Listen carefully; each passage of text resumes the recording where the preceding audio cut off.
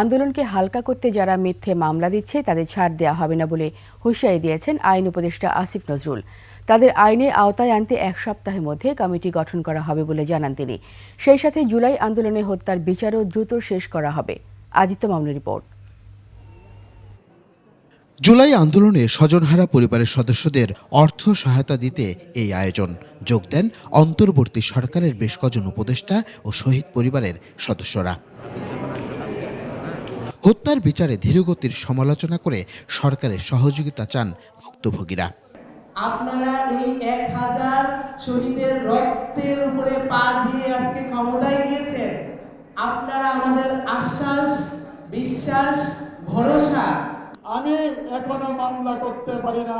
অন্তর্বর্তী সরকারের অন্যতম বড় কাজ শহীদ পরিবারকে সহায়তা করা বলে মন্তব্য করেন সার্জিস আলম। এই অন্তর্বর্তীকালীন সরকারের সবচেয়ে বড় দায়বদ্ধতা, এই একটা জায়গায় যদি আমরা সফল না হই, দৃশ্যমান বিচার আমরা না দেখতে পাই, বাংলাদেশের ইতিহাসে এই 24-এর অভ্যুত্থানে সবচেয়ে বড় সীমাবদ্ধতা হয়ে থাকবে এটি, এবং এর দায় আমরা কোনোদিন কেউ উপেক্ষা করতে পারবো না।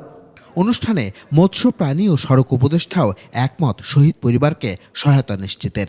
আপনাদের দুঃখের ভার দেয়া হয়তো সম্ভব না, কিন্তু শুধু একটু মনে রাখবেন যে আমরা আপনাদের পাশে আছি এবং আপনারা যাতে উন্মুক্তভাবে চলাচল করতে পারেন, এবং আপনারা যদি উন্মুক্তভাবে চলাচল করতে না পারেন সেটা আমাদের জন্য একটা বিশাল লজ্জার বিষয়। আন্দোলনকে প্রশ্নবিদ্ধ করার খেলায় পা না দেওয়ার জন্য আহ্বান পরিবেশ উপদেষ্টার।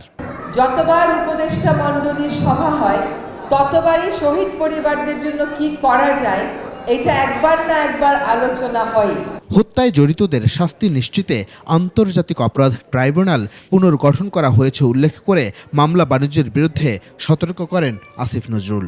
শিয়া বাটার ও ভিটামিন ই সমৃদ্ধ lily glam beauty soap. Lily, always beautiful. আমরা মামলা করার আগে অন্য লোক মামলা করে দিয়েছি টাকা কামানোর জন্য, বাণিজ্য করার জন্য। মামলা বাণিজ্য শুরু হয়েছে।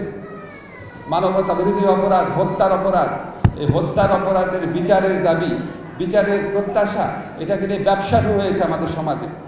পুলিশ বিভাগে নতুন নিয়োগে 1 বছর সময় লাগবে বলেও জানান তিনি। এদিকে 77 জন শহীদের পরিবারকে 5 লাখ টাকা করে অর্থ সহায়তা দেওয়া হয়। পর্যায়ক্রমে আহতদের তালিকা করা হবে বলে জানানো হয়।